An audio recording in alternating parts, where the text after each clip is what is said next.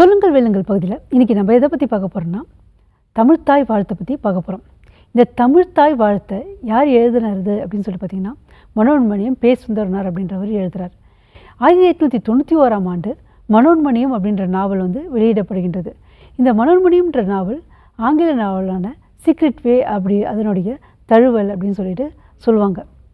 இந்த இடத்துல மனோன்மணியத்தில் தான் இந்த தமிழ்த்தாய் வாழ்த்து பாடல் இடம்பெற்றிருக்கிறது.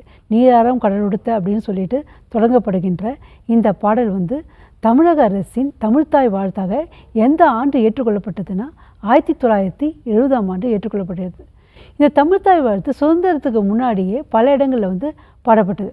1913ஆம் ஆண்டு கரைந்தை தமிழ் சங்கம் அப்படிங்கிறவங்க அவங்க இந்த தமிழ்த்தாய் வாழ்த்தை முதல்ல பாடுறாங்க. அதுக்கப்புறம் பல நிகழ்வுகளில் பல நிகழ்ச்சிகளில் இந்த தமிழ்த்தாய் வாழ்த்து பாடப்படுகின்றது.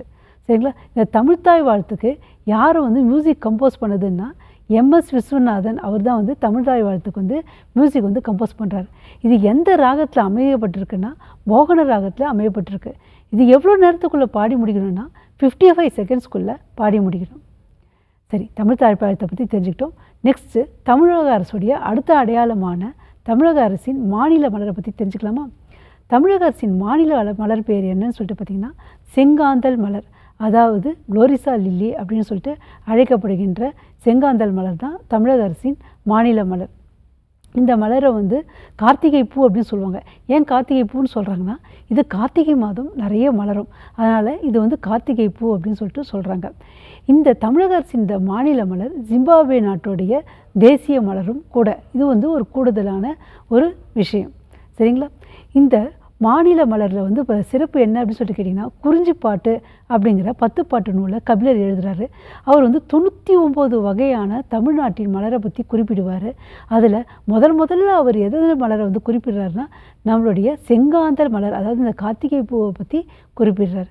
சரி, இன்றைக்கான கேள்வி பகுதிக்கு போகலாமா? தமிழ்த்தாய் வாழ்த்தை எழுதியவர் யார்? இந்த கேள்விக்கான பதிலை திரையில் தெரியக்கூடிய இந்த நம்பருக்கு உங்கள் நேம், உங்களுடைய ஏஜ், உங்களுடைய குவாலிஃபிகேஷன், உங்களுடைய முழு முகவரியோட வாட்ஸ்அப் செய்யுங்க. முதல்ல வாட்ஸ்அப் செய்கிற 3 பேருக்கு விருட்சம் அகாடமியின் சார்பில் பரிசுகள் வழங்கப்படும்.